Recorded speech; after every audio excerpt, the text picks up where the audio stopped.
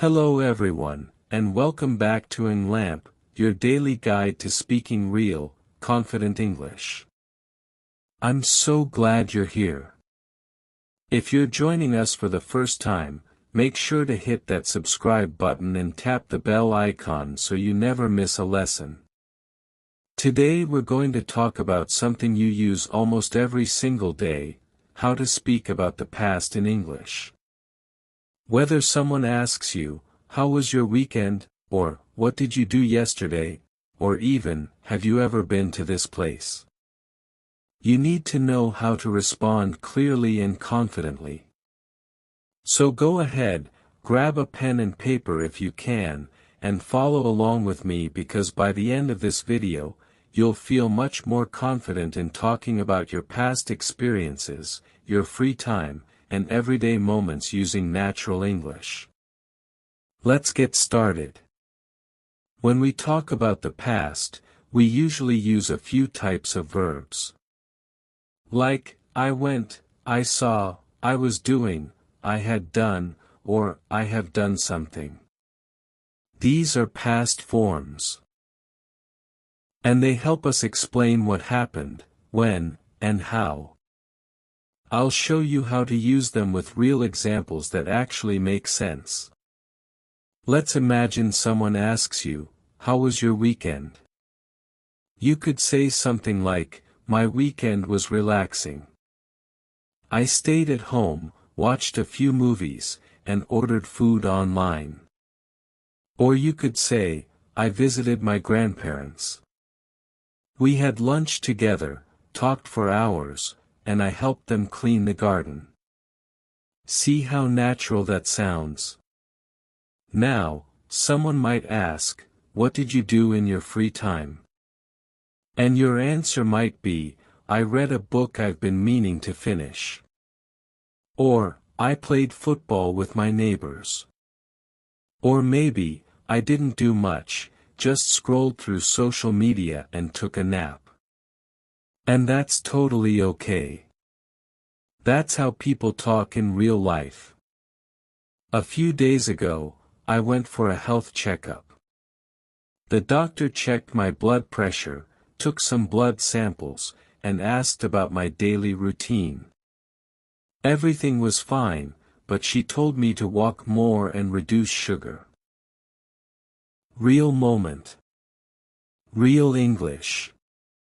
Last weekend, I spent time with my parents. We had tea in the evening, talked about memories from my school days, and just enjoyed some quiet time together. It felt comforting. On Sunday, I spent time with my kids. We played Ludo, did some drawing, and even baked cupcakes. I loved every minute of it.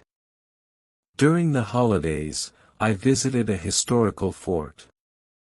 I learned about its past, walked around the old walls, and clicked so many photos. The experience stayed with me even after I came back. And then there was this book, The Alchemist. I read it recently, and it really touched me. The story made me reflect on my own life and dreams. It's amazing how a book can do that, right? One night, I decided to watch a movie alone. I made popcorn, turned off the lights, and enjoyed a rom-com. It felt peaceful, and honestly, it was just what I needed. I also cleaned my room this week. It took a few hours, but I sorted all my clothes, threw out things I didn't need, and made the space feel fresh again. A friend of mine needed help with a college project, so I went over and we worked together for 3 hours. It was tiring, but it felt good to help.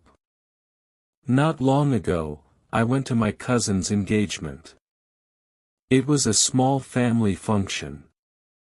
I wore traditional clothes, met relatives I hadn't seen in years, and ate some delicious food.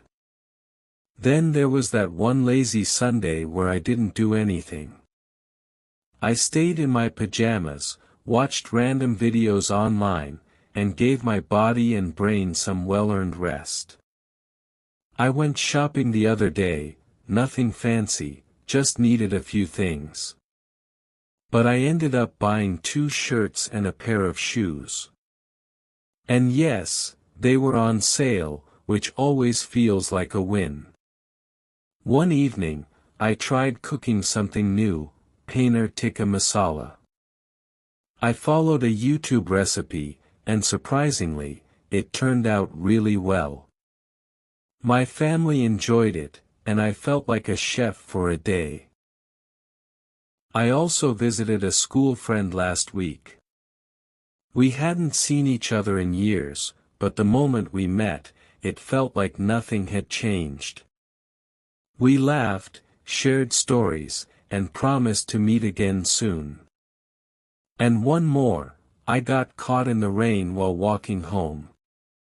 At first I was annoyed, but then I just stood there, got soaked, and enjoyed the moment.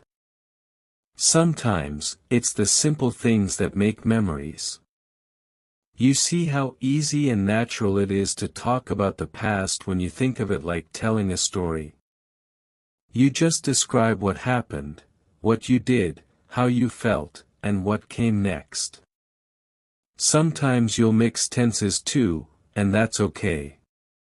You might say, I had planned to go out, but it rained.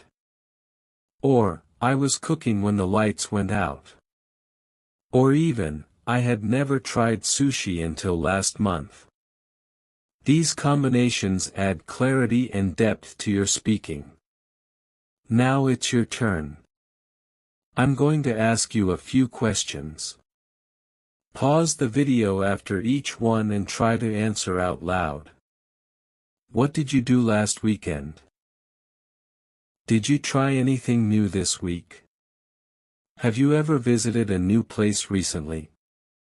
What were you doing yesterday around 7 p.m.? Was there a funny or interesting thing that happened to you in the past few days? Take your time with your answers. Speak slowly at first, then try saying them again a little faster. Check if you use the past forms correctly. Were you using verbs like went, watched, helped, had, was doing?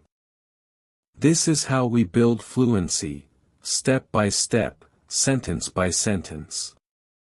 And that's it for today's lesson. We've covered a lot: how to talk about your weekend, how to describe your daily moments, how to share experiences, and how to make your English sound natural and confident when talking about the past. If this video helped you, don't forget to like it, share it with a friend, and drop a comment telling me your favorite past experience you've ever shared in English. Keep learning, keep speaking, and remember, every day you speak, you grow. Thanks for being here with me on EngLamp. I'll see you in the next one. Until then, keep shining.